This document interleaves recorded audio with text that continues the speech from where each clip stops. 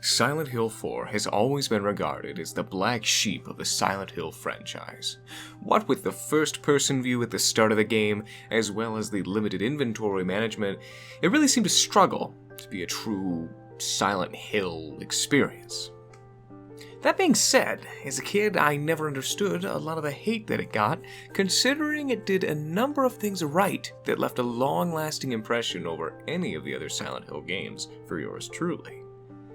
As an adult, I can appreciate the deeper meanings and lore for the monsters and trivia from the previous Silent Hills, cough Silent Hill 2, but Silent Hill 4 to me stood above the rest for a few key reasons. One being the hauntings. To me, nothing stood out more than when you'd arrive back into your apartment, finally safe from any enemies and near all of your stored items, all that comfort, when suddenly the message, "The air in this room feels heavy," blinks onto the screen. You go to investigate, and naturally, you suddenly realize that you are not alone anymore. Ghosts and various anomalies begin to invade, and unless you can absolve them, more and more and more hauntings will plague your apartment, robbing you of your safe space and denying you any bit of comfort you could have hoped to have. This sounds all well and good, or, well, I guess it doesn't sound good in the slightest, admittedly, until you realize there's actually something missing. In the classic PS2 version, there are a total of 14 total hauntings, ranging from shaking windows and TV static to a dead cat meowing in your refrigerator. Yeah. Each haunting is quite unique, to say the least, to the point that you never really know what curveballs will be thrown at you each time you return to your apartment. But sadly, 6 hauntings, almost half of them, including some of my favorites, are completely gone from the PC version of the game. One in particular being the shadow of a child standing in your closet. He's not doing anything, but he's just standing there, menacingly.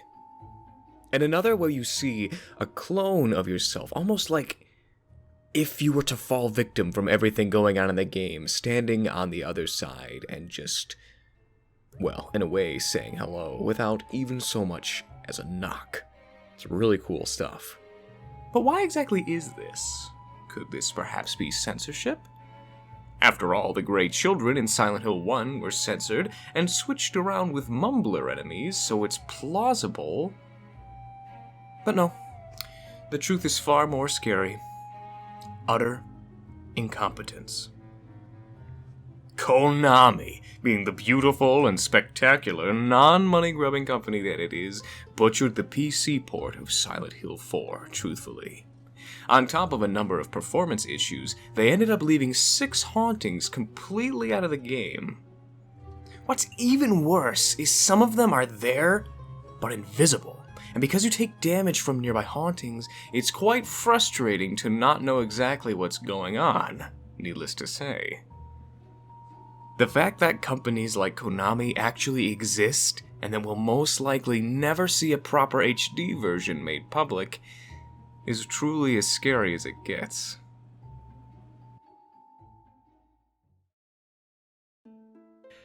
I was gonna end the video there. I was. But then I started thinking. It is mind-boggling how badly this entire franchise and Silent Hill 4 has been treated. Maybe because Silent Hill 4 wasn't as well received initially as the other 3, that it was just left in the dust. Or maybe they reconfigured Pyramid Head's metal head into a pachinko machine to send a message. What is scarier than having your childhood trampled on with the force of 1,000 horses, just galloping, stomping all over it, to dust? Maybe the poor implementation, multiple glitches, poor handling of the series, this game, and the franchise really is to demonstrate true horror. Nah, they don't get that credit. They botched this thing. They botched it all.